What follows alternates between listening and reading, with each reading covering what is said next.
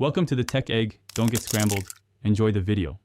In this video, I will explain how to make bone marrow gravy. Start by preheating your oven to 400 degrees Fahrenheit. This initial step is crucial for rendering the marrow perfectly. Place your marrow bones on a baking sheet and roast them for about 15 to 20 minutes. You'll know they're ready when the marrow is soft and slightly golden. This process extracts the incredible richness that forms the foundation of our delicious gravy. Now let's create the heart of our gravy, the roux. In a saucepan, melt 2 tablespoons of unsalted butter over medium heat. Once melted, whisk in 2 tablespoons of all-purpose flour, creating a smooth paste.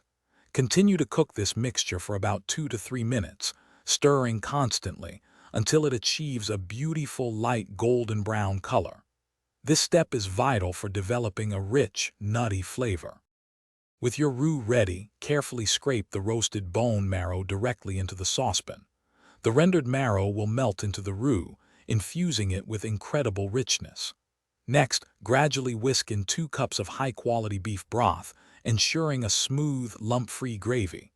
For an extra layer of complexity, add about 1/4 cup of dry red wine. Bring this mixture to a gentle simmer, stirring often.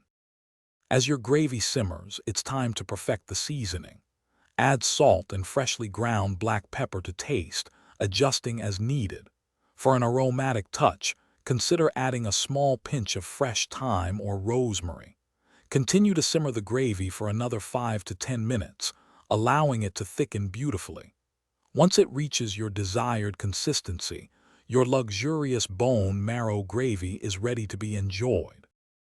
Thanks for watching. Consider subscribing if I helped unscramble your problems.